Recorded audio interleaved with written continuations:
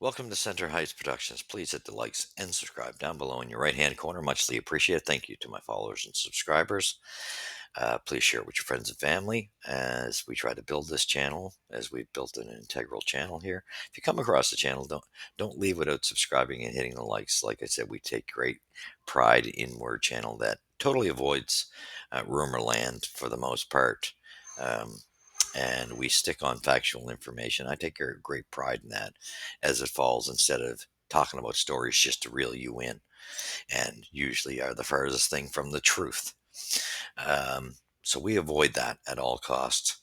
And we also don't try to draw you in with clickbait. But anywho, I know that's part of the game. Like they say, clickbait is kind of one of the things that does catch people's eyes.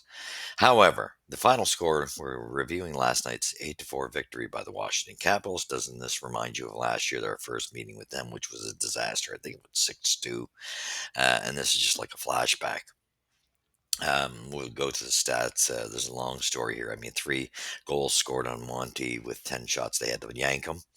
And Dobish, he fought, but he had a rough night himself.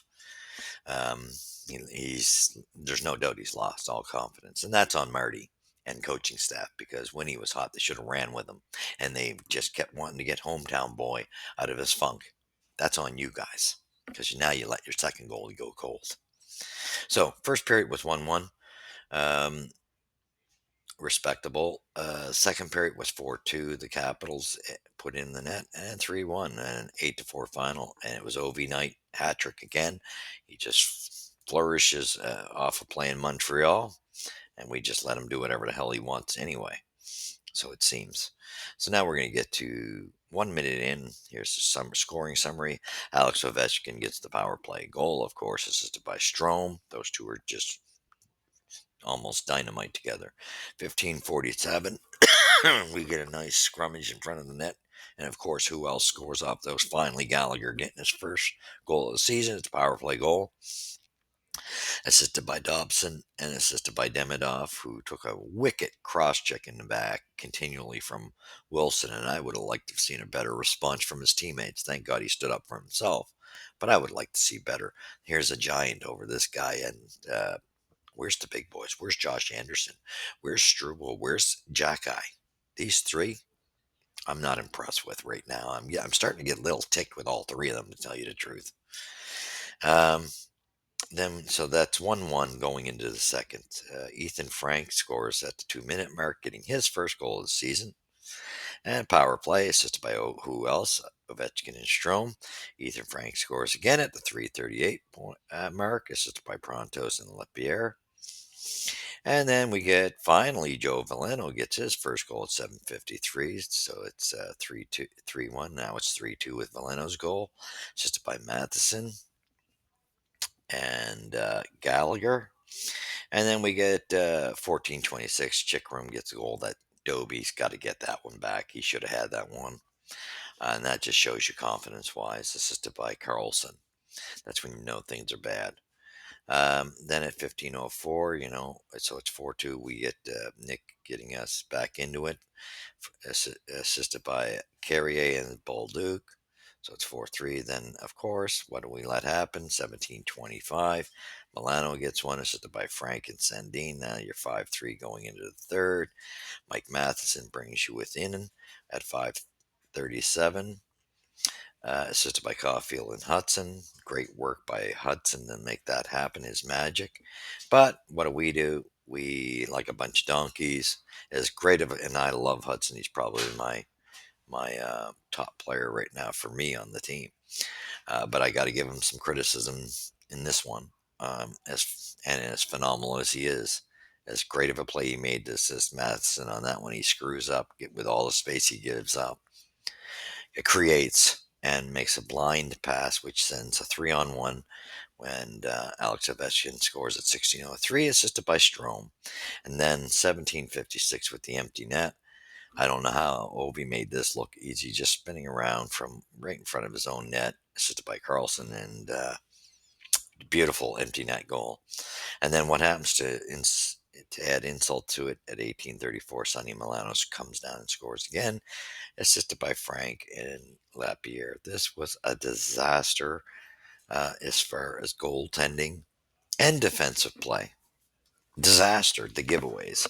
And these giveaways are going to come back to bite you in the ass. And now we got a big problem because Jake Evans went down early in this game. And God help us, I'm waiting to hear the reports on this, and we all are. If he goes down, we're in trouble because that's been our most consistent player this year. I'm starting to wonder if we need a little bit more. And that's why I say I think we're avoiding there's two elephants in the room. One, and it's a combination. This number one is kind of a split. It's kind of Monty. He's playing as bad as Caden Primo did when Caden was here. That's not NHL level. And yet the coaching staff is putting the confidence into him that had the shoe been on the other foot, he started off hot, they would have ran with him. Dopish started off the season hot. And this is what's created the monster, the elephant now, is because the coaching staff wanted to get Homeboy back on his game because of, you know, hometown. That's BS. When a guy earns it and runs with it, that's who you run with. So that's on Marty and the coaching staff for, we're just gonna keep playing Monty here and there extra games while he's playing disastrous. Then you end up allowing Dobish to sit and cool off and get into a funk himself. Now he's trying to fight through it. You can see the kid, but he's losing. He's starting to scramble. So I do think he'll get out of it. I don't know what it's going to take for Monty, but this is disastrous, and that's bad decisions because now, like you say, you only had one bad cold goaltender at the beginning. You needed to run with the hot hand. You didn't. That comes down to coaching. But now we got a ton of injuries, and God help us if Evans is down. And we got to clean up our defensive play. It's just horrific. The goalies aren't getting a whole lot of help either. But the goalies can't stop a beach ball right now either.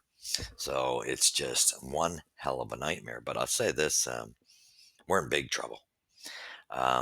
We got to stop avoiding, and that's what I see management doing. They're avoiding the other elephant in the room. We know with all the injuries as we've discussed, I love Kirby Doc. He'd be a solid third liner. You can give up on the dream of him being a second liner. But if you got him cheap at the end of the season, which you should, because he's got no value, maybe, that would be, if he can play the way he was starting to play again, that would be a pretty solid third liner. But you have to give up on him. Maybe if a miracle happens and he's still playing and he earns it, that's fine. But you can't focus on that anymore. The ship has sailed. You spent too much time on that. You got to move on. We need a true second line center. And right now, we're losing ground and burning it. I'm really now fearful we're going to miss the playoffs. And I'm concerned for that. As I said, I thought the way we came out, and maybe that's the mistake. You see some bright offensive spark, but you got to have the defensive side of the game too. And we're lacking on that end of it. We're messy. We're sloppy. We're not clean. And the effort, to me, I just don't see enough of it. Good to see Bolduc's game improve. That needed to happen, and it needs to continue. I just want to see consistent. And what the hell, when a team starts, like when Wilson goes running around, one of your big boys has got to step up and start, replying. And I'm not saying you have to drop gloves, but you need to start smacking the body or doing something. I don't care what it is. Jack Struble and Anderson, to not get any physical responses, it's not acceptable. It's not acceptable. They just pushed us around, and that's the usual. We at least did fight. I'll give us credit. We fought, but there's just too much lack of the forwards picking up the third man in. We're getting scored on with that a lot. So our forwards are not doing their duties in assisting the defensemen. The defensemen are letting guys stand around and not putting the heat on them and trying to remove them. Just not enough physicality. So it's a definitely a combination of things defensively. The play is horrific, and our goaltenders right now are off on a trip in Disneyland somewhere right now, and it's just not acceptable. But it's going to take one hell of a turnaround to get this ship back on proper sail, and I don't know what it's going to take, but I know one damn thing: avoiding the bigger elephant right now. You need a second line center, and stop avoiding it. With all the injuries that are there, Kirby Doc's not your second line center. He's lost too much time in development. If it turns out after you get a nice cheap contract with him at the end of this season, he'll be a perfect third liner for sure, and anything comes out of it that he can do better, then let him earn it. But at this point, he's lost too much ground and time. That's it. That's another ship that sailed in that he's not a second line center and not going to be. You need to swallow your pride and go out and get a second line center that this kid Demidov can play with, and it should create a little more offense because defensively we still got we got some trouble, and I don't know what it's going to take to get out of this funk. But there has to be a collective effort, and that I don't see. I just don't see this team playing cohesive enough defensively. So with that being said, thank you for watching. I'm afraid to say I don't have great feelings about Saturday night with the way things are going right now, and pray to God that Evans is okay. That would be a huge loss. We don't need that right now. But I don't. I'm prediction wise, I got a bad feeling Saturday in Toronto's not going to be a good result. You've seen it here at Center Ice where the puck drops first. Go Habs go, but boy, are we need some issues fixed. God bless.